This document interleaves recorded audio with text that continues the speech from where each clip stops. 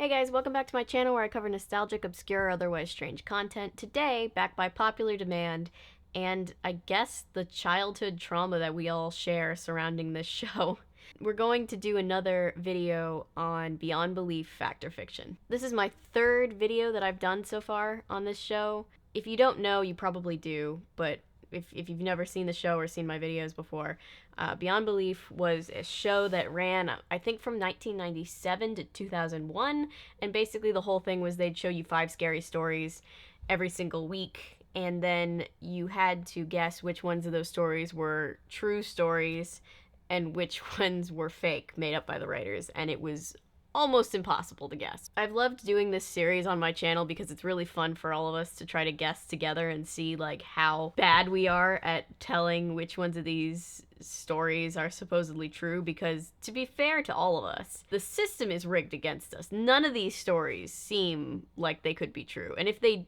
do seem true, that's probably a good indicator that they're false anyway. So today we're focusing on another viewer-requested episode. I love that you guys keep sending me requests of episodes that stuck with you from your childhood and scared you, creeped you out, all that stuff. Also, if you haven't sent me a request yet and you have an episode of this show or something else that you want me to do a video on, just let me know in the comments. I always appreciate it. But anyway, let's get into today's episode of Beyond Belief, Fact or Fiction.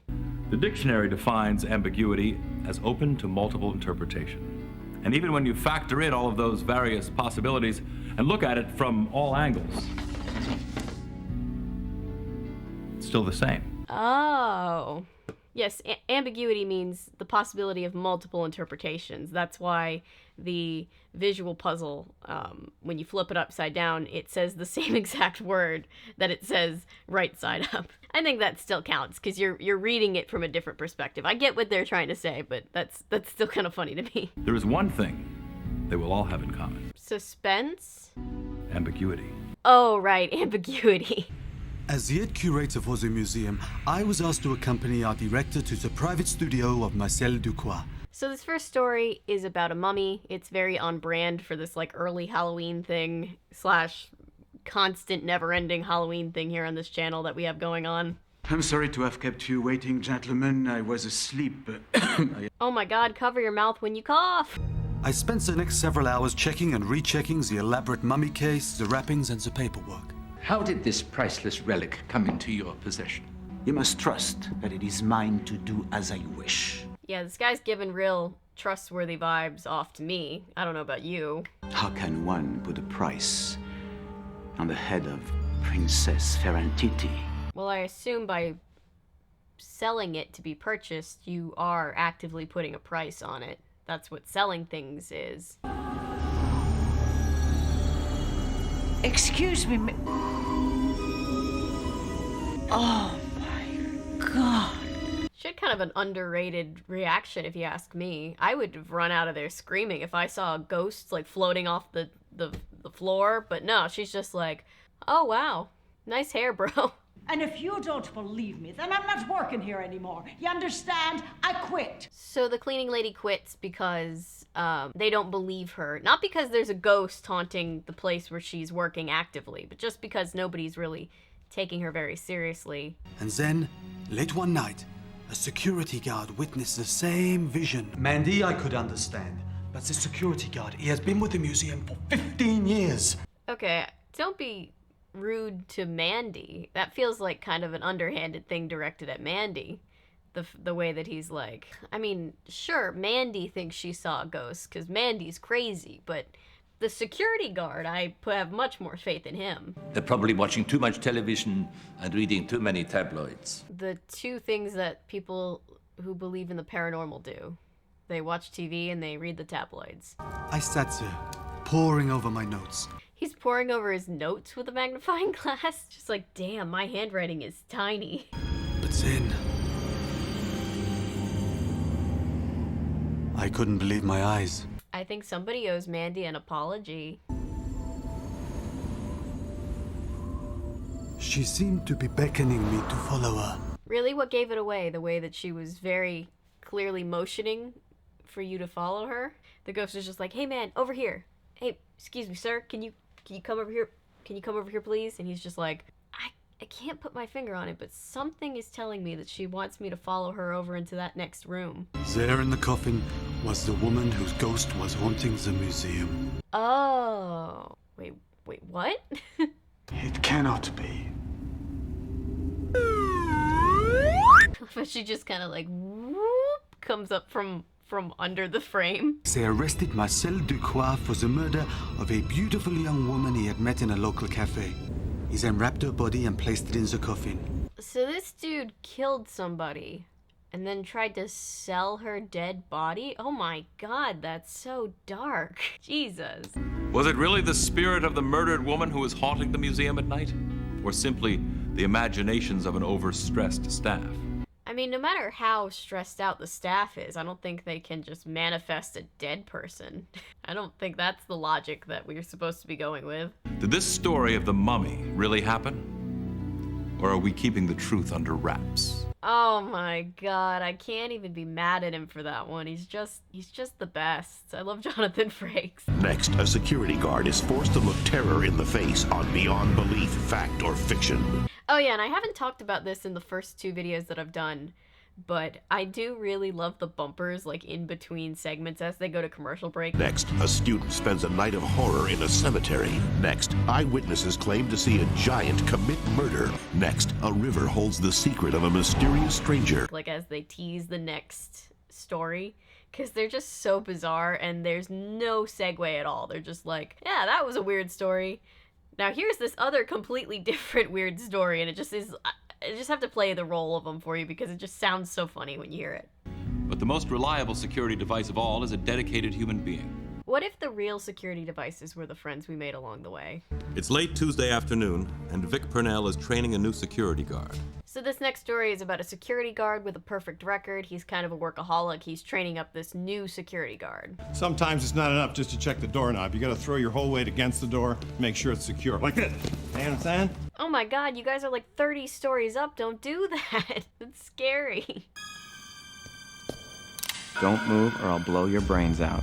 Wait a minute, so you're telling me this guy with a perfect record, this security guard, he was able to obtain that perfect record while this other guy was just able to walk up behind him in super clunky shoes, and he did not realize until he was right there pointing a gun at his head. Okay. I guess I didn't use my shoulder, Vic. I guess I didn't use my shoulder, Vic. I'm sorry, I don't know why that's so funny to me. It's one of those, like, disses that's so lame that I kind of respect it. Actually, the keys fit. Very helpful in disabling the alarm. The keys are helpful in disabling the alarm. What kind of alarm are you running off of? The little dance he does. Records are made to be broken, I just broke yours. I'm sorry, did Vic bully this guy in high school or something? This seems like a personal attack. It seems like he has a personal thing against Vic. Good security guard never would have hired me. That is true, he does kind of have a point there, Vic. Maybe you're just getting old, lazy, fat. Hey, okay now. Don't body shame. We're not about that here. So Vic gets so angry that he starts blowing up power sources and lights in the building. Hey, I got cut, man. Yeah, you also tried to rob the place. I don't think you really have a leg to stand on in the complaining department.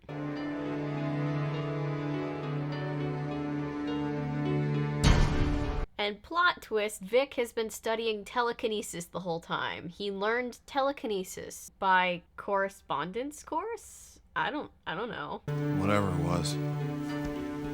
My record is still perfect. Hey guys, editing me here. I just realized that I forgot to point something out when I was making the video that I really was bothered by when I watched the episode for the first time, and that's the fact that his record isn't perfect anymore. Like, sure, they didn't get away with stolen goods, but like as a security guard, there was still a break-in. His record isn't perfect anymore. Is it logical to assume such a coincidence could happen at the exact same time Vic was experimenting with telekinesis? I mean, that would be more logical than him actually using telekinesis if we're looking at it from a logical standpoint. I don't know, maybe telekinesis is real, what do I know? Alright, we're 2 stories in, we're now moving on to the 3rd one. Not gonna lie, this one kind of creeped me out for real when I watched it. How much money would it take to make you spend a night in a cemetery? $50? $100? I don't mean to complain, but wouldn't it be easier to give me a $100 bill or like 520s instead of just giving me $101 bills? Justin, would you turn it down? So this one is about three teenagers who, two friends dare the other friend to spend a night in a graveyard, I guess. Hey, what'd you do that for? It's a stupid song. You're just pissed because Glenn stood you up again. That like weird smack talk. Well, your music sucks. Oh yeah, well your boyfriend stood you up. So there. I just wish you'd quit getting sick on Friday nights. Yeah, Glenn, how dare you get sick at a time that's inconvenient for me? It's Friday night, Glenn. Cemetery! Hey, you guys know who's buried in that cemetery, don't you? Yeah, dead people, lots of them. Well, one of those dead people just happens to be Wilbur Lister. So the boyfriend tells this story about how the serial killer is buried in the cemetery. He looks way too happy about it, in my opinion. He looks creepily happy to be telling a story about a guy that just killed a bunch of people. But anyway, he bets her $100 that she can't last sitting like 2 hours on top of the grave. Here's what you gotta do. After the 2 hours are up, you take the knife and you stab it into Lister's grave. Pretty hefty knife. Okay, Wilbur. They say your grave is towards the big oak tree. Should be easy to find since those kids carved that skull on your headstone. That's the skull that a bunch of kids carved on the grave? She made it sound like they, like, defaced the grave. You're telling me some, like, stonemason specializing teenager just came out and did, like, beautiful engraving work for free? As a prank? That's pretty cool. Are you in there, Wilbur? He's not in the tombstone. That's not how tombstones work. You're never going to leave here.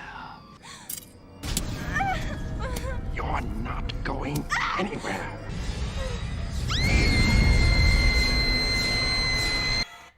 Yeah, so she dies. Why did she run away? She couldn't. That knife is stuck right through her coat. It absolutely was not, because when you look at the shot where she puts the knife in the ground, her coat isn't anywhere near it. I've got some of that continuity salt going on today. Okay, this next story, story number 4, this is the story that caused one of my viewers to request this particular episode. We had a conversation in the comments section about how we remembered this episode very distinctly. I was very happy when this was brought up because this is a great episode. I love this episode. The Guinness Book of World Records lists Robert Pershing Wadlow as the world's tallest man at 8 foot 11 and 1/10 inch. Yet when you read the writings of history, you can't help wonder if some men were even taller. And how about all those giants that populate ancient fairy tales?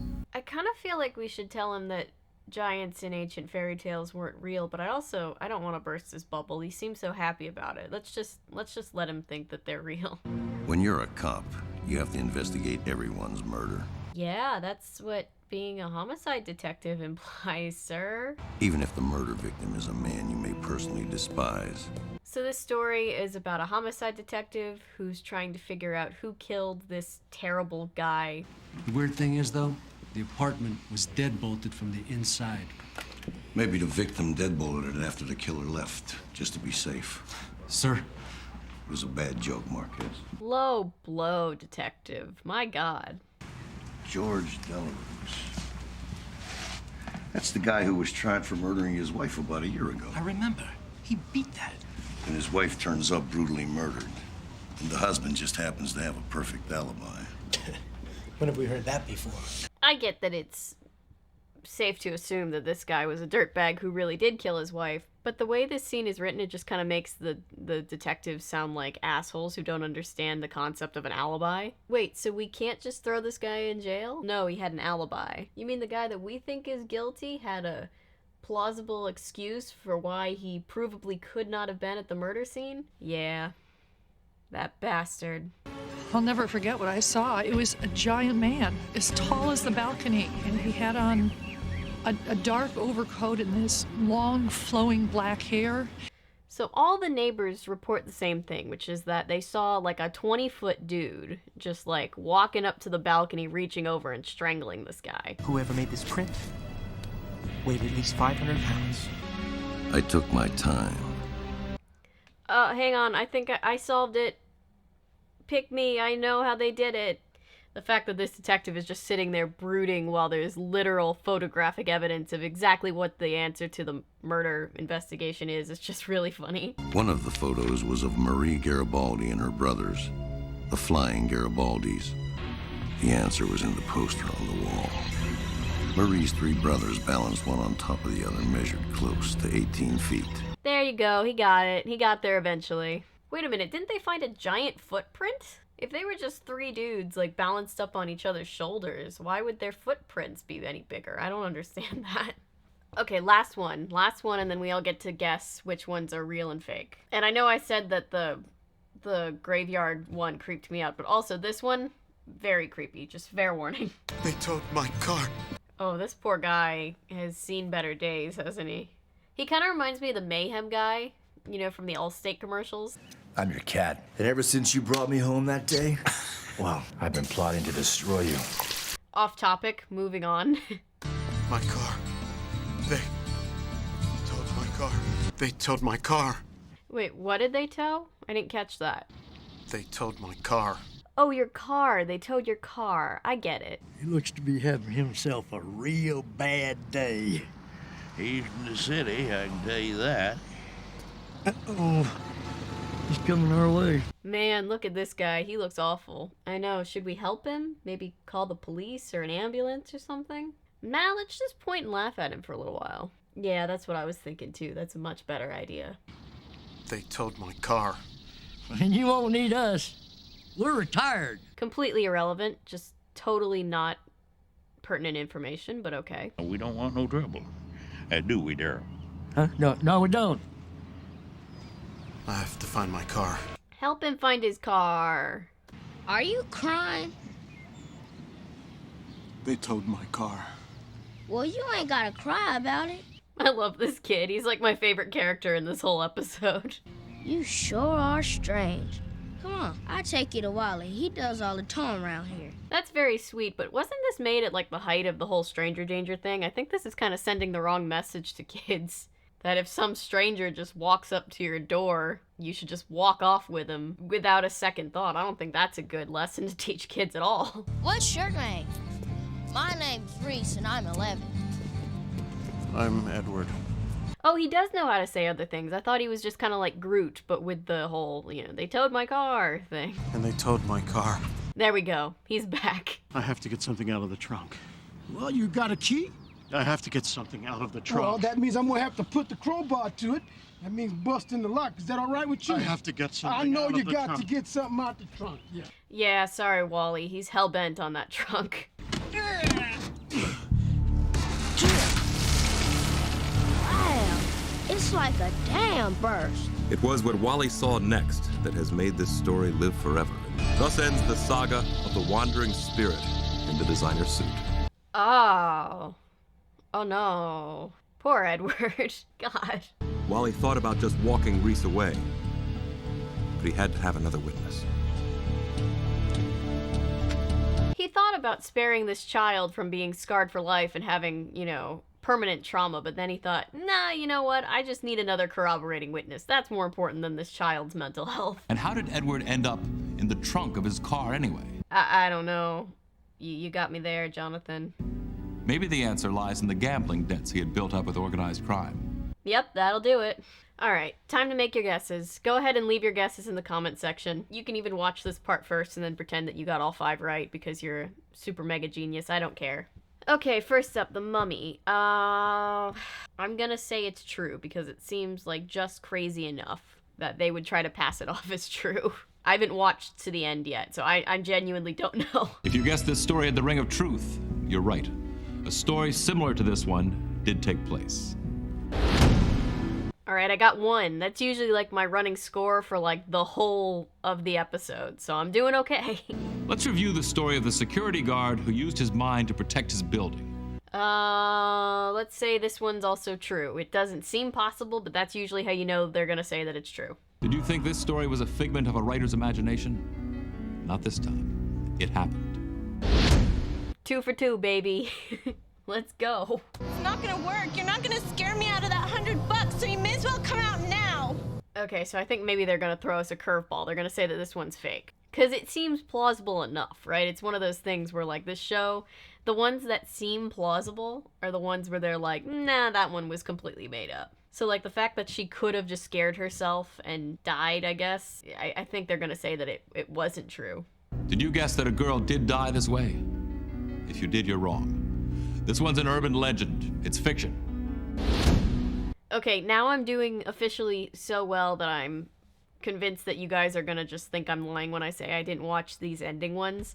But I swear, I haven't seen these yet. I don't know which ones are true or false.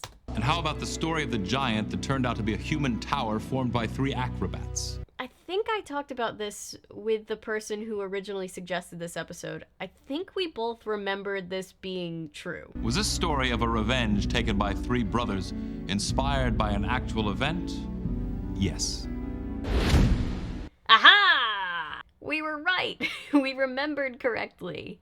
Let's take another look at the tale of the man whose car was towed, only to be recovered with him inside it. Okay, so we've already had 3 true ones, so, like, I'm just gonna say they're gonna say this one is false. Usually we don't get 4 true ones in one night, right? Well, I guess we did. I think we did the first episode I covered of this. Anyway, I'm guessing that it's fake. Did you think this one was a work of fiction? You're right again. We made up this one. Oh! I got 5 for 5, baby! I swear to God I did not see that coming.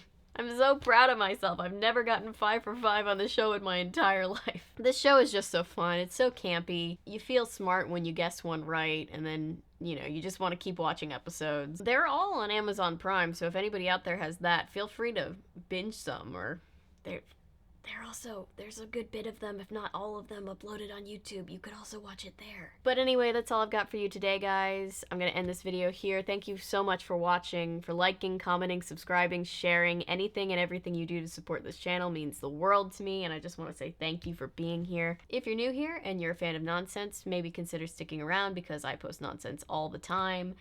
And remember, my name is Avery. I'm a YouTuber if you say so, because thanks to you guys, this is technically a YouTube channel. Bye.